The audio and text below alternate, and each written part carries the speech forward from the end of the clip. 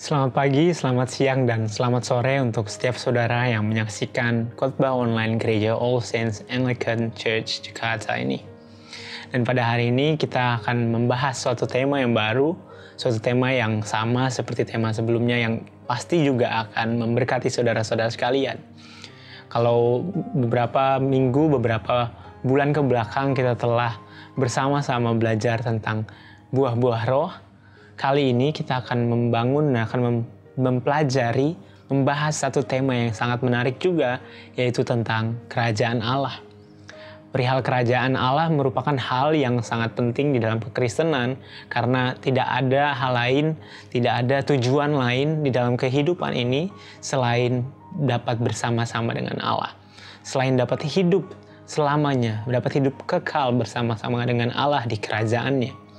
Namun dalam memahami kerajaan Allah, kita tidak bisa hanya mengetahui bahwa kerajaan Allah itu surga. Surga itu ada di atas, surga itu indah, surga itu penuh dengan emas, dan lain sebagainya. Melainkan kita perlu memahami sifat-sifat, perlu memahami hal-hal yang ada di dalam kerajaan Allah. Di dalam kerajaannya Tuhan yang perlu kita miliki sebelum kita sampai ke sana. Dan hari ini kita akan membuka pembahasan kita mengenai kerajaan Allah dengan satu tema, dengan satu judul, yaitu tentang The New Normal. Tentang normal yang baru, tentang biasa yang baru di dalam kehidupan kita. Dan membahas New Normal, pasti Bapak Ibu Saudara sekalian sudah mendengar kata ini berkali-kali selama masa pandemi Corona ini. Selama Bapak Ibu beberapa bulan ke belakang pasti sudah mendengar kata new normal berkali-kali. Bahkan sering juga menyebutkannya kepada orang-orang di sekitar kita. Mau ngasih tahu bahwa nanti Jakarta akan new normal loh. Kita udah boleh keluar new normal dan lain sebagainya. Kita akan beralih dari kehidupan kita yang lama, dari cara hidup kita yang lama kepada cara hidup yang baru. Kita tidak bisa lagi hidup sama seperti saat kita belum mengenal apa itu virus corona. Kita tidak bisa hidup lagi dengan cara yang sama seperti saat dulu kita masih ada di masa yang aman-aman saja. Kita tidak bisa lagi berkumpul seperti cara yang dulu lagi. Semuanya harus menggunakan cara yang baru, menggunakan normal yang baru. Dan ini bukan hal-hal mudah, saya percaya, karena apa yang ada di belakang, apa yang pernah kita lakukan, kebiasaan yang telah kita miliki, itu telah mendarah daging dalam kehidupan kita. Dan untuk meninggalkannya, berpindah kepada suatu hal yang baru, tentu saja tidak semudah itu. Makanya butuh suatu ketekunan, butuh sebuah keinginan yang bulat, dan butuh sebuah persiapan untuk memasuki normal yang baru. Namun sebelum kita bahas normal yang baru dalam hubungannya dengan kerajaan Allah lebih dalam lagi, mari kita bersatu di dalam doa. Ya Tuhan, dengan segala keterbatasan kami mau katakan kami butuh Tuhan. Dengan segala ketidaktahuan kami mau katakan kami butuh Tuhan. Sehingga pimpinlah kami dalam khotbah ini, dalam proses mendengar kami, biarlah kami mendapatkan banyak, supaya saat kami keluar, kami melakukan sesuatu yang sesuai dengan kehendak Tuhan. Mampukan kami untuk semakin diperlengkapi dengan apa yang Tuhan mau lagi di hari-hari ini, supaya saat kami melakukan sesuatu di luar, saat kami menjalani kehidupan yang baru di luar, kami membawa nilai yang bukan hanya baru, melainkan berasal dari Tuhan. Terima kasih Tuhan, dalam nama Yesus kami berdoa. Amin. Bapak Ibu sekalian, hari ini kita mau belajar tentang bagaimana kita mengenal kerajaan Allah, bagaimana kita melihat kerajaan Allah berdasarkan apa yang Yesus lakukan di kehidupannya. Berdasarkan apa yang Yesus tunjukkan di dalam kehidupannya. Bukan hanya kehidupannya, melainkan kehidupan dari kelahiran, kehidupan sampai kematiannya. Karena saya percaya setiap hal yang Yesus lakukan itu penting. Dan itu bukan hanya sebuah kejadian biasa, melainkan sebuah kejadian yang memiliki pesan yang begitu besar bagi banyak umat. Bagaimana tentang cara hidup mereka, bagaimana mereka harus berperilaku kepada orang lain, bagaimana mereka berperilaku kepada Tuhan, dan lain sebagainya. Matius pasal yang pertama sampai yang keempat berisikan masa persiapan Yesus untuk memasuki pelayanannya di dunia. Dan bukan hanya itu, pasal-pasal pertama ini juga berisikan persiapan Yesus untuk memperkenalkan kerajaan Allah kepada banyak orang. Dan hal-hal yang kita bisa lihat di dalamnya dapat menuntun kita kepada pemahaman bagaimana kita mempersiapkan kehidupan yang baru. Dan bukan hanya itu, bukan hanya untuk mempersiapkan the new normal atau normal yang baru, melainkan juga mempersiapkan bagaimana kita seharusnya hidup berdasarkan apa yang Tuhan mau. Hal yang pertama, persiapan yang pertama yang harus kita lakukan, sama seperti Yesus telah lakukan, adalah memastikan dari mana kita lahir. Seperti yang kita ketahui, kita tidak bisa memilih dari mana kita harus lahir. Melahir dari suku Batak, melahir dari suku Jawa, Sunda, lahir dari orang luar, orang Inggris, orang Indonesia, dan lain sebagainya, kita tidak bisa menentukan. Bahkan Yesus pun tidak. Alkitab tidak mencatat tentang diskusi antara Allah dan Yesus mengenai kelahirannya. Saya mau lahir dari orang ini dong. Saya mau lahir dari ini. Saya mau lahir dari suku ini, dan lain sebagainya. Tidak. Yesus hanya taat. Yesus hanya menaati apa yang Allah mau, Allah kehendaki terhadapnya. Sehingga ia lahirkan ke dunia melalui kandungan Maria, tanpa pembuahan, hanya dari kandungan Maria. Tidak ada protes dari Yesus seperti, kan ini dan lain sebagainya. Dia kan bukan ini, dia kan bukan itu. Saya nggak bisa dilahirkan dari ini, nggak bisa dengan keadaan seperti ini, harus ini dan lain sebagainya. Yesus tidak meratapi keadaannya. Yesus tidak meratapi apa yang ada di sekelilingnya. Yesus tidak meratapi keadaan di sekitarnya, melainkan ia mensyukurinya. Karena bukan itu esensi kehidupannya, bukan itu yang merupakan jati dirinya. Melainkan ia menyadari betul, bahkan sejak saat ia muda. Seperti kita ketahui, di dalam Alkitab dikatakan Yesus pada umur 12 tahun ketinggalan di bait Allah karena dia sedang belajar dengan ulama-ulama, dengan pemimpin agama-agama di sana. Ia belajar berdiskusi, bahkan berdebat tentang Tuhan, tentang Allah. Dan kemudian saat orang tuanya menghampiri Yesus, ia berkata, bukankah aku seharusnya ada di rumah Bapakku? Dia mempertanyakan kembali, bukannya harusnya aku ada di sini karena Bapakku adalah Bapa di surga. Allah itu sendiri adalah Bapakku. Yesus sejak kecil, ia yang adalah seorang manusia juga, kita percaya ia manusia. Ia adalah Allah, sepenuhnya Allah, ia adalah sepenuhnya manusia. Dan kita tidak bisa hanya memahami satu saja. Kita tidak bisa hanya mengatakan Yesus Allah aja, dia manusianya udah gitu. Nggak bisa, karena dengan demikian kita akan meragukan kemanusiaan Yesus. Kita akan meragukan penderitaannya di dunia. Namun karena dia Allah yang sempurna, dia adalah manusia yang sempurna juga. Ia merasakan keduanya, ia memiliki keduanya. Jadi saat ia menderita sungguh-sungguh. Dan saat ia memberikan kuasa, ia berkuasa sungguh-sungguh. Dan melalui hal itu Bapak Ibu semua, kita mengetahui Yesus, mengetahui dari mana ia berasal. Dan demikian pula kita semuanya berasal dari asal yang sama seperti Yesus, yaitu dari Allah. Jangan sampai kita lupa bahwa kita berasal dari Allah. Memang kita dilahirkan oleh ayah dan ibu kita. Namun Bapak Ibu semua, kita tidak berasal dari sana. Karena kalaupun Tuhan tidak berkenan, ayah dan ibu kita tidak akan memproduksi atau melahirkan kita. Tidak akan membuahkan kita. Namun hanya karena kehendaknya, kita bisa ada di dunia ini. Sehingga yang pertama, yang perlu Bapak Ibu semuanya ketahui adalah kita harus berasal dari asal yang sama seperti Yesus berasal. Yaitu Tuhan, darinya. Kalau sekarang kita masih ada atau berasal dari dunia ini, kalau sekarang kita masih menjadikan hal-hal duniawi apa yang ada di sekitar kita sebagai fokus utama kita, mari kita bertobat dan melangkah kepada asal yang baru. Melangkah dari sumber yang baru, yaitu dari Allah. Biarlah kita lahir kembali, reborn, rebirth, dari satu sumber saja, yaitu dari Allah. Supaya apa yang kemudian kita lakukan ke depannya, bukan untuk kita lagi, melainkan untuk kemuliaan Tuhan saja. Itu yang pertama, Bapak Ibu sekalian. Dan sekarang yang kedua, yang juga perlu sekali kita ketahui tentang persiapan untuk memasuki the new normal. Persiapan untuk memasuki kehidupan yang baru. kehidupan yang baru di dalam Tuhan. Itu kita ketahui bahwa di ayat pasal yang ketiga, di pasal ini, di kitab ini, di Matius, dikatakan bahwa Yohanes Pembaptis membukakan jalan bagi Yesus. Di dalam kehidupan Yohanes Pembaptis, ia terus-menerus menyebutkan, terus-menerus memperkenalkan, terus-menerus mempersiapkan umat, mempersiapkan banyak orang untuk memperkenalkan siapa Yesus itu, untuk memberitahu kepada mereka siapa Yesus itu.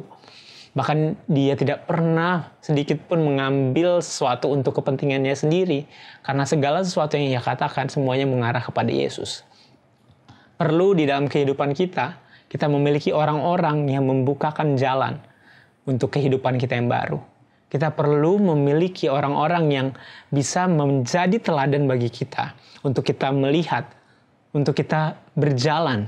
Sama seperti Yohanes Pembaptis yang membukakan jalan supaya banyak orang tahu Yesus. Demikian pula kita membutuhkan banyak orang, membutuhkan orang-orang, membutuhkan sosok yang membukakan jalan kita untuk pengenalan akan kerajaan Allah tersebut. Dan dalam hal ini, tidak lain kita perlu belajar dari satu pribadi saja, yaitu dari Yesus. Tidak lain kita perlu belajar dari satu pribadi yang memiliki segalanya, yang telah menjalani segala sesuatu, yang telah melewati segala sesuatu, yang telah merasakan segala sesuatu. Ia tidak hanya merasakan hal yang baik, ia tidak hanya merasakan sukacita, tidak hanya merasakan kemenangan, melainkan juga merasakan penderitaan, merasakan cobaan, merasakan kesendirian, merasakan kesakitan, dan merasakan kesedihan. Semuanya ia rasakan, ia dicobai berkali-kali oleh iblis. Bukan hanya kita, melainkan ia juga. Dan ia bahkan mati sebagai bentuk simpatinya kepada kita, sebagai bentuk belas kasihnya kepada kita, sebagai bentuk kasihnya kepada kita. Sehingga kita mau belajar dari Yesus yang sebagai pembuka jalan bagi kehidupan yang baru tersebut. Sebagaimana Yohanes Pembaptis membuka jalan bagi banyak orang mengenal Yesus, Yesuslah yang kemudian sekarang membuka jalan supaya kita mengenal Allah, mengenal Bapa, supaya kita bisa masuk ke dalam kerajaan Allah, supaya kita bisa menghidupi kerajaan Allah di dalam kehidupan kita. Kalau kita bertanya, kan Yesus tidak mengalami apa yang kita alami. Ya memang tidak serupa, namun saya percaya Yesus mengalami yang lebih parah. Ia telah melewati segala sesuatu. Ia dicobai sama seperti kita dicobai. Namun ia tidak berdosa. Namun ia tidak jatuh sama seperti kita jatuh. Dan kita akan berkata, ya kan dia Allah. Ya udahlah, pasti dia bisa, tapi kita tidak bisa. No. Percayalah Bapak Ibu sekalian, bahwa Yesus juga merasakan hal yang sama. Penderitaan yang kita rasakan sama seperti yang Yesus rasakan. Kesusahan, kesulitan untuk tidak berdosa yang sama juga pasti dirasakan oleh Yesus. Namun ia bisa. Namun ia kuat. Namun ia survive. Ia berhasil. Dan kita juga punya kuasa yang sama untuk mengalahkan dosa. Kita juga punya kemampuan yang sama karena kita tahu bahwa Yesus 100% manusia. 100% daging. Dan daging adalah suatu hal yang membuat kita jatuh ke dalam dosa. Kalau Yesus pun punya, tapi ia berhasil, demikian juga kita bisa. Semuanya berasal dari kita. Semuanya berasal dari visi kita. Semuanya berasal dari cara kita memandang segala sesuatu. Kalau kita masih jatuh sekarang, mungkin semua terjadi karena kita masih melihat segala sesuatu menggunakan kacamata dunia. Sedangkan Yesus, ia tidak pernah sekalipun melihat apa yang ada di sekelilingnya berdasarkan kacamata dunia. Kacamata surgawilah, kacamata yang berasal dari Allah lah yang selalu ia gunakan. Sehingga pada poin yang kedua kita belajar bahwa kalau yang pertama kita perlu mengetahui, kita perlu memastikan bahwa kita lahir dari Allah. Yang kedua, kita perlu juga memastikan bahwa kita belajar dari Tuhan Yesus Kristus sendiri. Belajar dari teladannya, belajar dari apa yang ia tunjukkan kepada kita, yaitu dia survive, yaitu dia dapat menahan diri dari setiap godaan, dari setiap cobaan yang ada di sekitarnya, karena ia menggunakan kacamata surgawi dalam melangkah. Karena ia menggunakan kacamata surgawi, kacamata yang berasal dari Allah dalam berjalan, dalam melakukan kehidupannya di dunia. Sehingga kita juga perlu melakukannya, supaya kita dapat masuk ke dalam normal yang baru, dengan cara yang baru, yang berasal dari Tuhan. Dan pada bagian yang ketiga, hal apa yang kemudian perlu kita lakukan? Hal apa yang perlu kita lakukan untuk masuk ke dalam kerajaan Allah? Dapat menghidupi kerajaan Allah. Kita bisa lihat di dalam Matius pasal yang keempat, ayat yang ke-18 sampai 22, dikatakan bahwa Yesus memanggil murid-muridnya yang pertama. Yesus di sana mengumpulkan banyak orang untuk menjadi murid-muridnya. Sebenarnya kalau kita lihat dari ayat yang ke-12 sampai ayat yang ke-25, Matius pasal 4 ayat 12 sampai 25, kita mendapati 3 hal penting, 3 poin penting yang Yesus lakukan, yang juga kita perlu lakukan hari-hari ini. Yang pertama, yang ada terdapat di pasal 12, ayat 12 sampai 17. Ya, ayat 12 sampai 17, Yesus dikatakan di sana berkhotbah untuk pertama kalinya. Ia berkhotbah di sana. Ia berkhotbah, ia memperkatakan firman Tuhan, ia memperkatakan kabar baik. Hal ini juga sangat penting untuk kita lakukan. Sebagai orang Kristen yang telah mendengar firman Tuhan, bukan hanya mendengar, tapi mengalami firman Tuhan, mengalami kuasa Tuhan dalam kehidupan kita, perlu memberitakannya kembali kepada banyak orang, supaya bukan hanya kita yang selamat, melainkan orang lain juga. Sedangkan yang kedua yang dilakukan di pasal yang keempat ini, di ayat 18 sampai 22, adalah Yesus memuridkan. Yesus tidak hanya menyimpan pengetahuan, menyimpan kuasa yang ada di dalamnya sendiri, melainkan ia mentransfer. Melainkan ia juga membagikan kepada orang lain. Membagikannya kepada orang-orang di sekitarnya yang dipilih menjadi murid-muridnya. Demikian juga kita, kalau kita sudah merasa bahwa Tuhan bekerja sangat baik, seharusnya kita juga memuridkan banyak orang. Perbedaan antara berkhotbah dengan memuridkan adalah berkhotbah kita memberitakannya, kita membagikannya. Kalau memuridkan, kita hidup dan mati untuk orang. Kita hidup dan mati untuk seseorang di sekitar kita. Nggak perlu banyak-banyak. 700 cukup. Nggak, saya bercanda. 1-2 cukup untuk kita muridkan. Supaya bukan hanya kita yang bisa memahaminya secara tepat, melainkan juga orang-orang di sekitar kita. Bukan hanya kita yang bisa mengetahui kehendak Tuhan dan kerajaannya saja yang secara tepat, melainkan juga orang-orang di sekeliling kita. Dan sedangkan yang ketiga, hal yang juga ia lakukan, yang juga ada di dalam hal-hal yang perlu kita lakukan sebagai seorang Kristen adalah ia dikatakan mengajar dan menyembuhkan orang banyak. Ini berbicara tentang mujizat. Berbicara tentang bagaimana orang Kristen menunjukkan kuasa atau otoritas yang dimiliki oleh Tuhan. Dan bukan hanya menunjukkan saja, melainkan di dalamnya kita mau memberitakan kebaikan Tuhan juga, kuasa Tuhan juga. Dan melalui hal-hal tersebut bukan kita yang dimuliakan, melainkan Tuhan. Bukan kita yang ditinggikan, melainkan Tuhan. Sehingga pada bagian yang ketiga ini, hal yang perlu kita lakukan dalam mempersiapkan diri kita untuk memasuki normal yang baru, untuk memasuki kerajaannya adalah dengan memuridkan. Adalah dengan hidup bagi orang lain.